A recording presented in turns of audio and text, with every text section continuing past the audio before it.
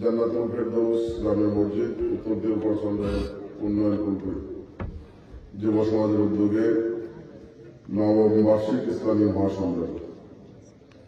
এই সম্মেলনের সম্মানিত সভাপতি, সম্মানিত উলামায়ে কেরাম, বিশেষ করে একটু আগে যিনি আপনাদের সামনে অত্যন্ত গুরুত্বপূর্ণ বয়ান উপস্থাপন করেছেন, অন্যান্য সম্মানিত উলামায়ে কেরাম,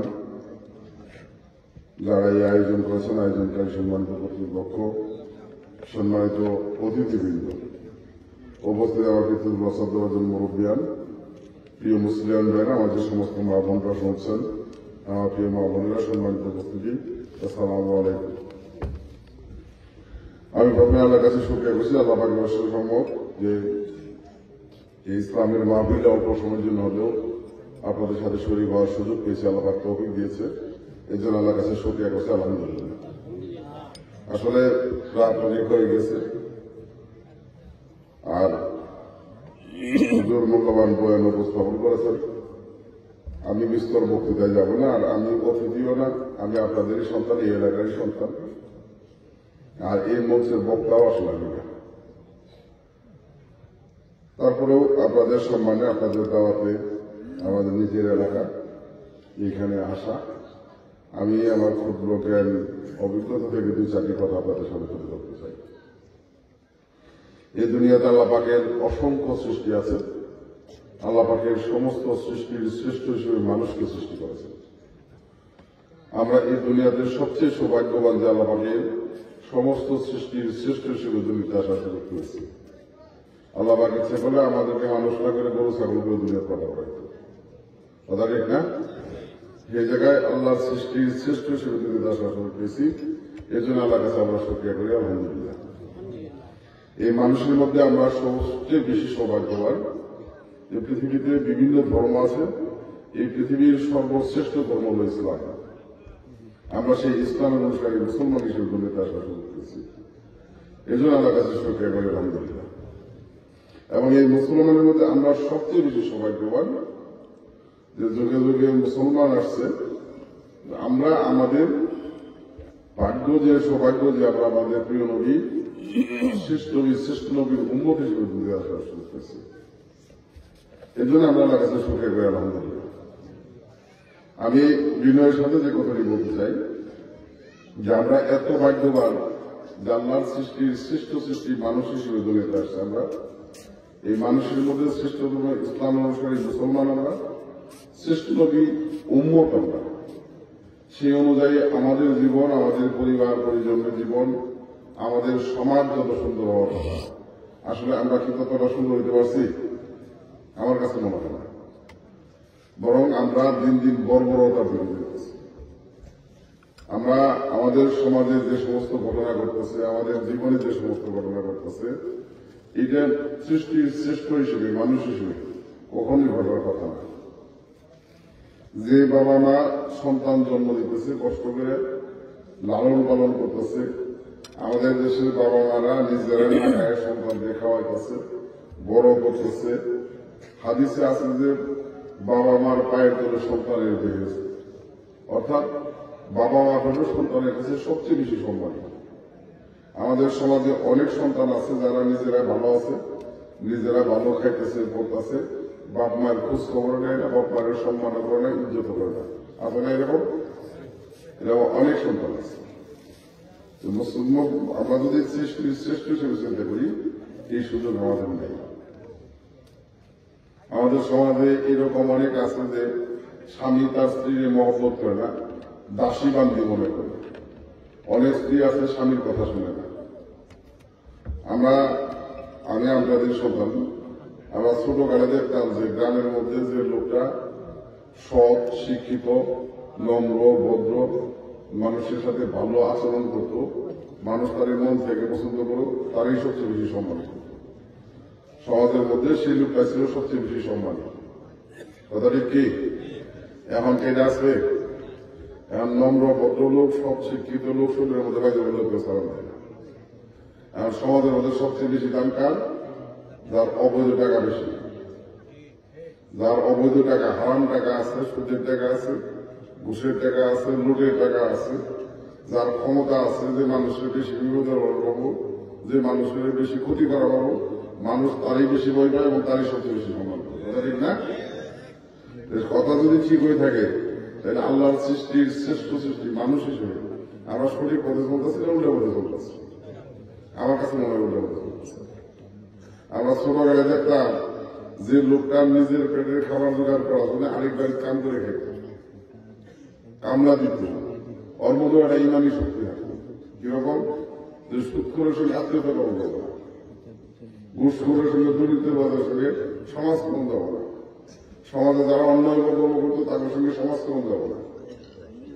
আর এমনকি আমরা মানুষ ঘুষখোর সুদখোর ওই দুর্নীতিবাদগুলির সবচেয়ে বেশি সম্মান করি। কথা ঠিক না? মানে কোন মজলিস হলে মানে সবার আগে দাওয়াত দেওয়া হয় এবং তার জন্য চেয়ার খালি রাখা হবে, কখনো বসবো, তারপরে চেয়ার খালি রাখা হবে। কথা ঠিক করা হয়েছে? যদি কথা ঠিক করে থাকি তাহলে আল্লাহর সৃষ্টির শ্রেষ্ঠ সৃষ্টি মানুষ হিসেবে আমরা সঠিক পথে চলতেছি না উল্টা পথে চলতেছি? আমার কাছে মনে উল্টা পথে চলতেছি। আমরা ইসলামের অনুসারী মুসলমান, আমরা যদি ইসলাম অনুসরণ না করি তাহলে আসলে মুসলমান আমরা মুসলমান না।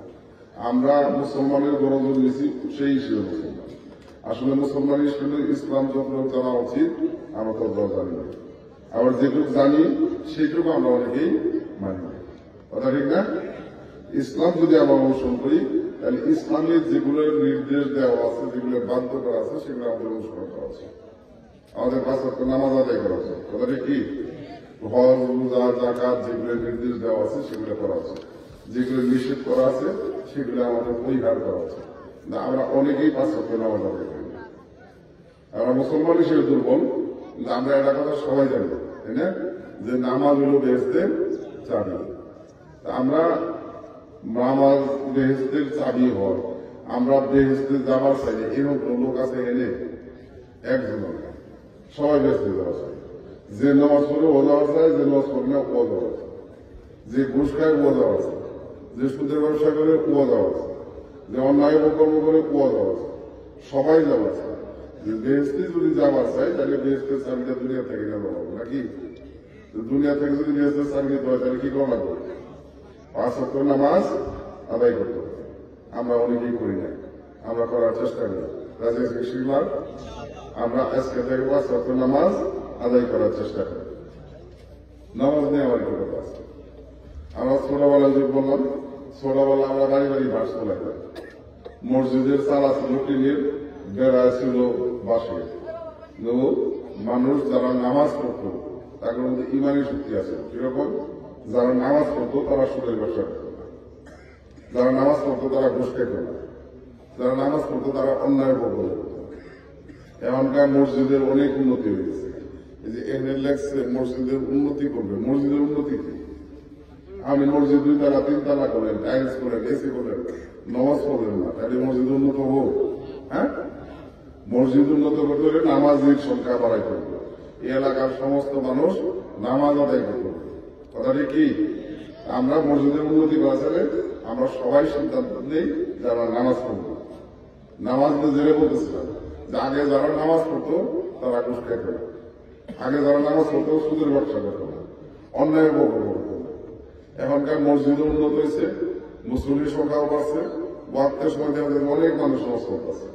আবার অনেকে আছে নমাজও পড়তেছে, সুদও খাইতেছে, নমাজও পড়তেছে, ঘুষও খাইতেছে। আসসালামু আলাইকুম। নামাজও পড়তেছে, আবার অন্যায় করতেছে, নামাজও পড়তেছে, সুযোগ পাইলে মাইসে অত্যাচারও করতেছে। আপনি নামাজও করবেন, সুদও খাবেন, ঘুষও খাবেন, দুর্নীতিও করবেন, মাইসে অত্যাচারও করবেন, ওই নামাজ করে লাভ হবো? হ্যাঁ, লাভ হবো। নামাজ পড়লে সহিভাবে হতে হবে, নামাজ পড়লে ইমানি শক্তি বাড়াইতে হবে, ইমানি শক্তি বাড়াইতে হলে হালাল রিজিক খাওয়া হবে। কথা ঠিক আছে কি? আমরা সিদ্ধান্ত নিতে আমরা 5 ওয়াক্ত নামাজ আদায় করার চেষ্টা করবো, হালাল রিজিক খাওয়ার চেষ্টা করবো, ইমানি শক্তি দিয়ে চলার চেষ্টা করবো। মানুষের ইমানি শক্তি কমে গেছে। আগে দেখতাম যে একটা সৎ মানুষের কাছে 100টা খারাপ মানুষ মাথা নিচে চলে যেত, আর আমরা সমাজে এখন একটা খারাপ মানুষের কাছে 100টা ভালো মানুষ মাথা নিচে চলে যায়। আর আমার মানুষ এখন সোজা পথে চলতেছি না উল্টা পথে চলতেছি, আমার কাছে মনে উল্টা পথে চলতেছে। তা আমরা মানুষ হিসেবে মুসলমান হিসেবে উল্টা পথে চলার কথা না। এই দুনিয়াটা অল্প সময়ের দুনিয়া। আমরা অনেকেই মনে করি যে আমরা দুনিয়াতে আইছি, আল্লাহ খাওয়াইতেছে, খাইতেছি, পড়তেছি, একটা সময় আল্লাহ নিয়ে যাবো গা, মরে যাবো গা, সব শেষ। মরে গেলে গা সব শেষ না। আল্লাহ সৃষ্টির শ্রেষ্ঠ সৃষ্টি আমরা মানুষ। কেন? আমার যেরকম হাত পাও, চোখ, নাক, কান, মুখ আছে, গরুরও কিন্তু হাত পাও, চোখ, নাক, কান, মুখ আছে না? আমার আর গরুর মধ্যে পার্থক্য কি? আল্লাহ আমাকে সৃষ্টির শ্রেষ্ঠ করেছে এইভাবে যে আল্লাহ আমাদেরকে ভালো মন্দ বুঝতে চলার ক্ষমতা দিয়ে দুনিয়া করেছে। আল্লাহ আমাদের জবান দিয়ে দুনিয়া করেছে।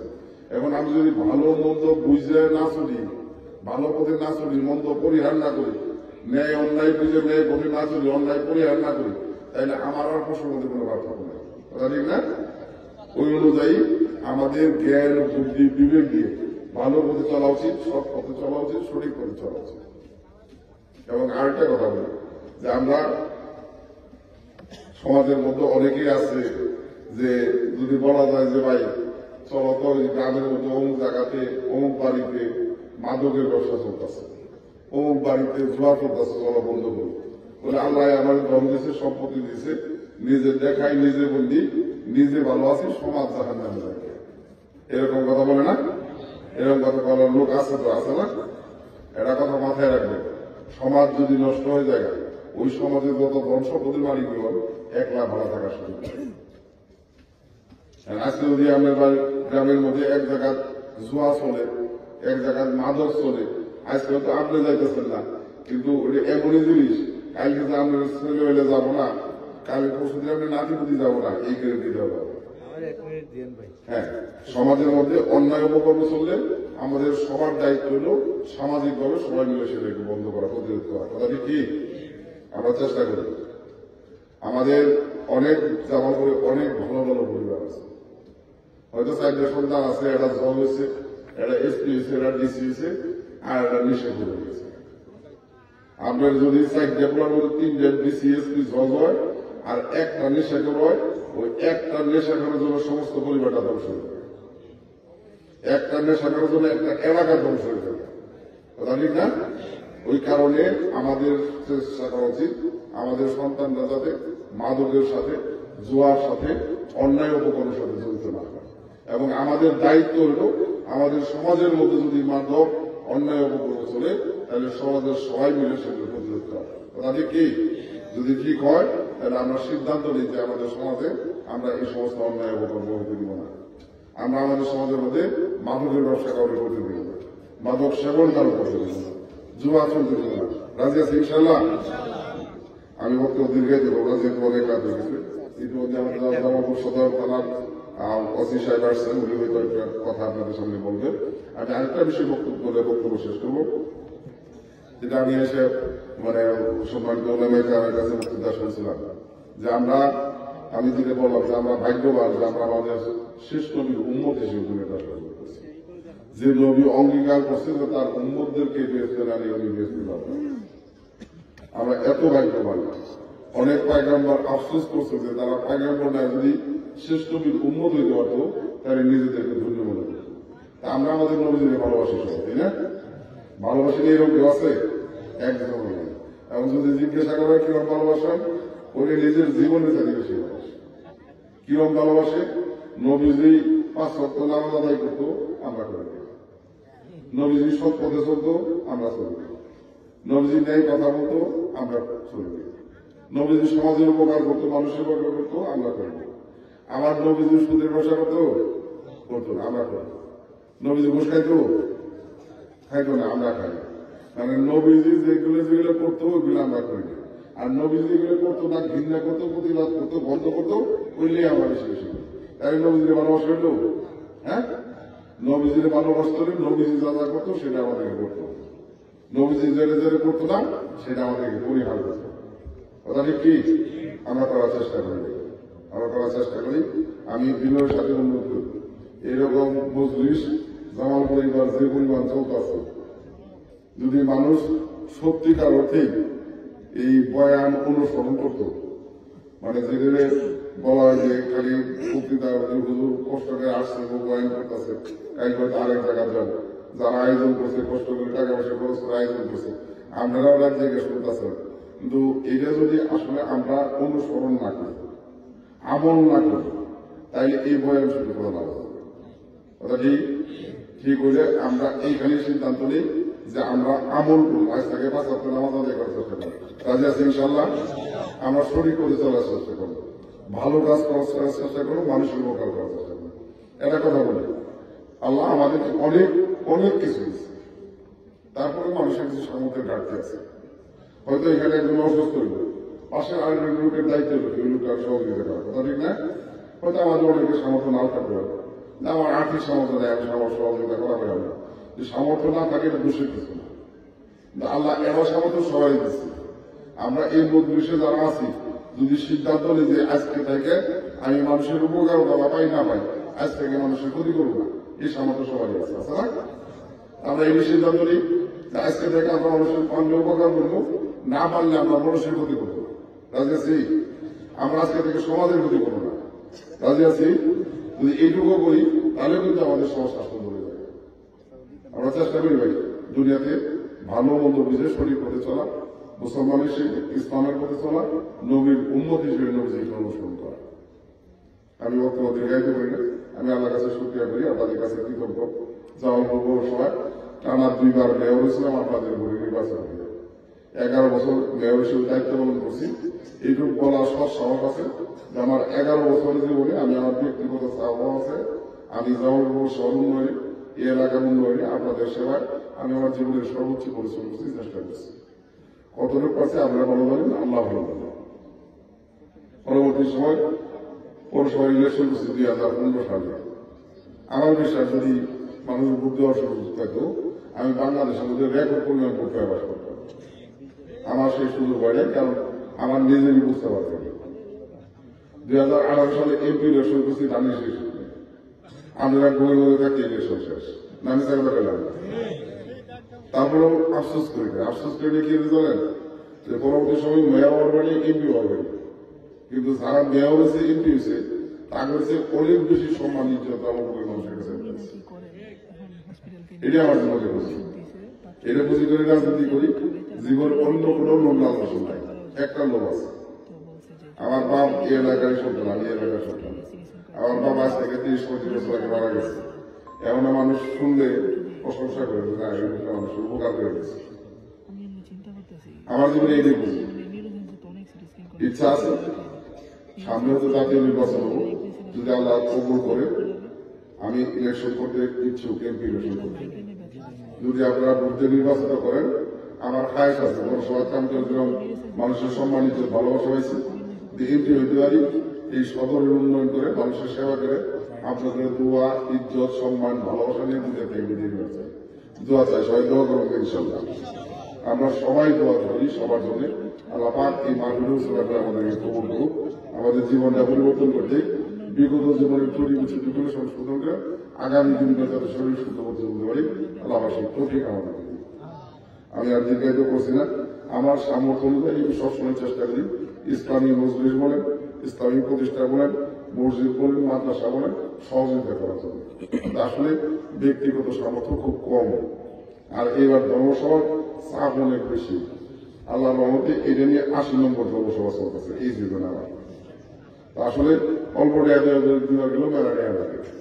তো আমি 5,000 টাকা নগদ দিয়ে যেতেছি, দোয়া করুন আল্লাহ ভবিষ্যতে আরো তৈরি দেয়, সহযোগিতা করে। এই দোয়া কামনা করে আপনাদের সকলের মঙ্গল কামনা করে, যেহেতু জামালপুর সদর থানার ওসি সাহেব আসছে, উনি একটু কথা বলবেন, আপনারা মনোযোগ সহকারে শুনবেন, তারপরে আমরা একটা দোয়া করবো, আমরা সকল দোয়া করে তারপরে বিদায় নিবেন ইনশাআল্লাহ। আল্লাহ আমাদের সকলকে হেফাজত করুন। আসসালামু আলাইকুম। প্রিয় উপস্থিতি, আমাদের মাঝে ইতিমধ্যে এসে উপস্থিত হয়েছেন অফিসার ইনচার্জ ওসি সাহেব, জামালপুর সদর থানা, ফয়সাল মোহাম্মদ আতিক স্যার। স্যারকে সংক্ষেপে যদি কথা বলবার জন্য বিনয়ের সহিত আহ্বান জানাচ্ছি। জি, আসসালামু আলাইকুম। আমি অ্যাড্রেসিং করে এখানে যিনি আছেন, আসলে শুনে ওনার কথাগুলো শুনে আমার খুবই ভালো লাগছে, অভিভূত। আর মামুন ভাই, যারা আছেন বক্তা আছেন, ইসলামী বক্তা সামনে আছেন যারা, আসসালামু আলাইকুম। আমি এই সুযোগটা এজন্য নিলাম